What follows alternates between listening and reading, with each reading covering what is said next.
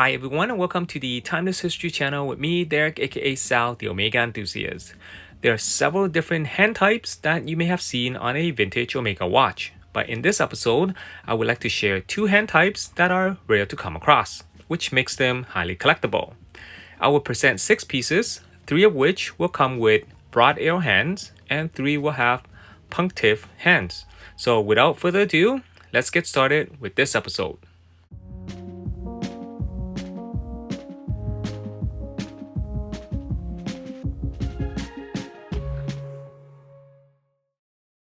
So let's begin with the broad arrow hand pieces. Watch number 1 is a 1958 Omega Railmaster under reference CK2914-3, first introduced in 1957 and lasted until 1959. This Railmaster reference is the first of its kind and was short-lived due to its lack of popularity, which makes it highly sought after today. It was also reissued in the 2017 Trilogy Pack by Omega, celebrating its 60th anniversary edition, which included the 1957 Seamaster 300 and the Speedmaster. CK2914 came in 3 different hand types. The one I have for this video is the broad arrow hand version. Honestly, I'm happy to own this watch with any of the 3 hand types. It is such a rare reference that it took me years to obtain one finally. Like its companion, the Seamaster 300 and Speedmaster, you risk buying one if you know little about these watches, as countless amounts are being rebuilt using incorrect hands, movement, and case parts. I paid a hefty amount for this piece, but around 15 years ago, I had an opportunity to purchase one in pristine condition for $4,000, which felt quite a lot back then, but is considered a steal today. The Railmaster has a double case with a metal cover inside the back makes the watch anti-magnetic. It was designed for scientists, technicians, electricians, and people who work close to powerful electric fields. The Railmaster case measures 38mm across, excluding the crown, by 47.7mm from lug to lug. Its thickness is 13mm, including the crystal, and its lug width is 19mm wide. Every Railmaster has a dash followed by a single-digit number after the 2914 that you see inside the case. The single-digit number indicates what set of hands and movement caliber it should come with. CK2914 with dash 1 to dash 4 came with a caliber 284 manual wind movement. So mine is a dash 3, so it means the movement inside is a 284 caliber. Whereas if you see one with a dash 5, so 2914-5, that will come with a caliber 285 instead.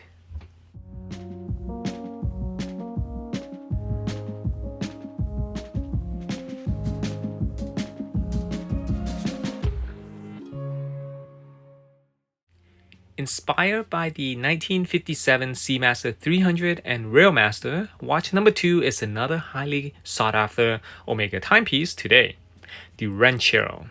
It was first introduced in 1958 under reference 2990 for the small second version and 2996, like the one I have here, for the center second version.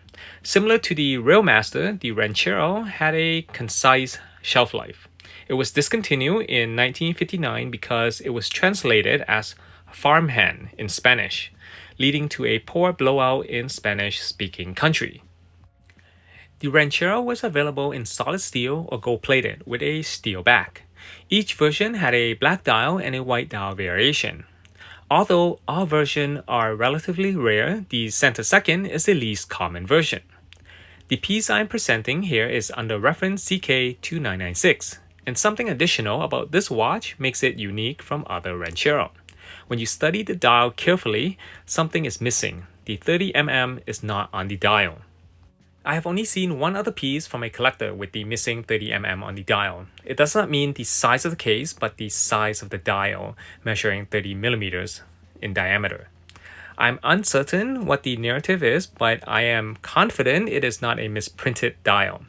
The Ranchero is slightly smaller than the Railmaster, where it measures 36.2mm, excluding the crown, by 44.5mm from lug to lug. Its thickness is 10 millimeters, including the crystal, and its lug width is 18 millimeters. This Ranchero does carry the same movement caliber as the Railmaster.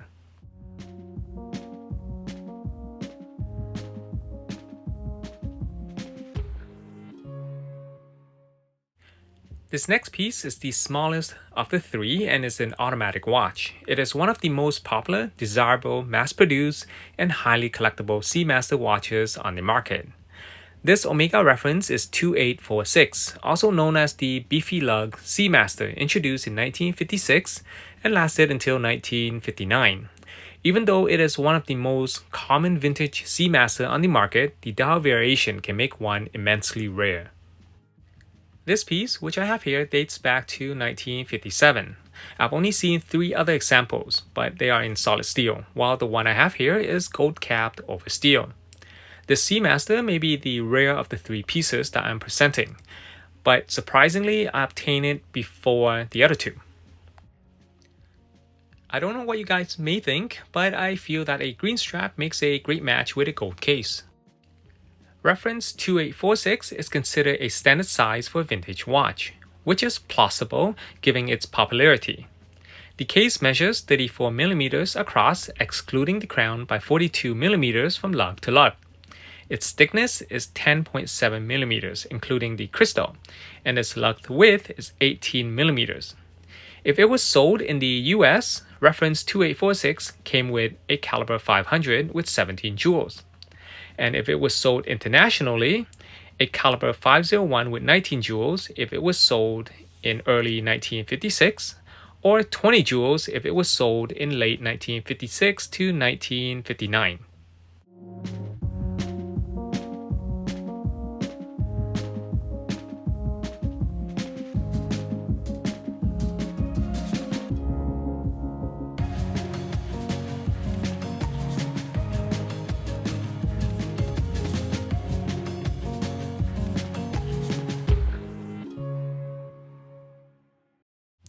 The remaining few pieces will come with Pontife hands, starting with the smallest piece dating to 1944, under model reference CK2394.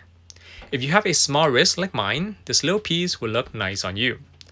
A thing to remember is that most pre-1950 Omega watches come with an unsigned original crown, and it is a challenge to find an original replacement if your watch does not come with one. You may also notice that I like to present a watch in its original condition and retain its original crown. This way my videos can be an excellent source for future reference and comparison. The Calatrava case on this watch measures 30.6 millimeters across, excluding the crown, by 36.9 millimeters from lug to lug. Its thickness is 8.7 millimeters, including the crystal, and its lug width is 16 millimeter wide. CK2394 is powered by an Omega caliber 26.5 SOB manual wind movement.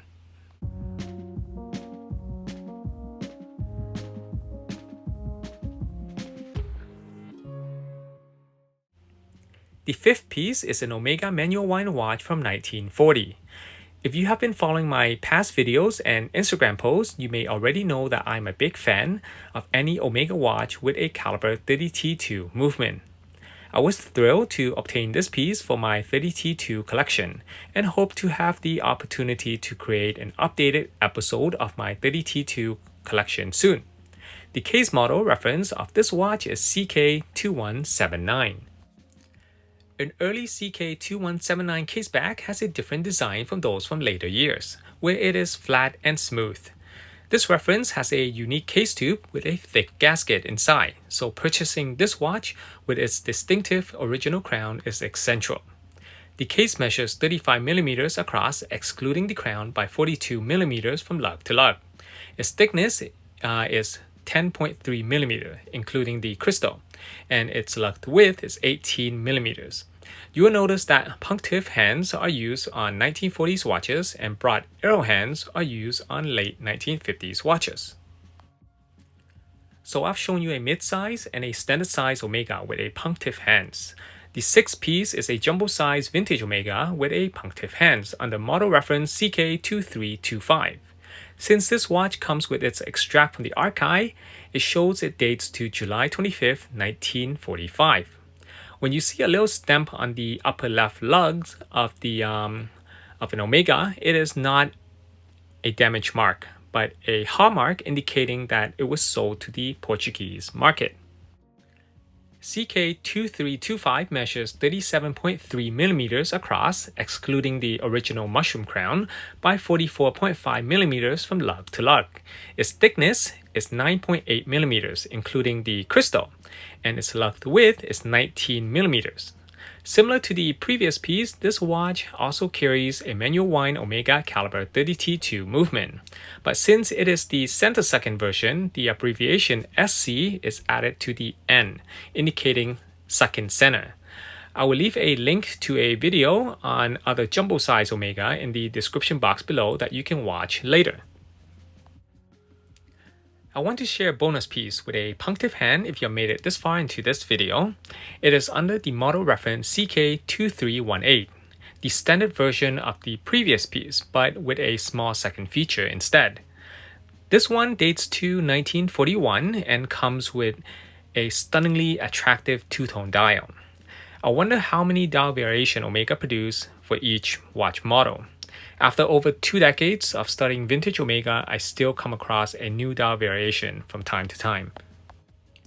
CK2318 measures 35 millimeters across, excluding the mushroom type crown, by 40.4 millimeters from lug to lug. Its thickness is 9.6 millimeters, including the crystal, and its lug width is 18 millimeters. The watches I presented in this video are all quality ones. You can wear them daily once professionally serviced. When you buy a watch that is in great shape and in good working order, the age is really just a number. A well taken care Omega is made to last many generations. Did any of these watches excite you? Do you own an Omega with one of these hands? If you enjoyed this video, please support the channel by smashing that thumbs up button and consider subscribing.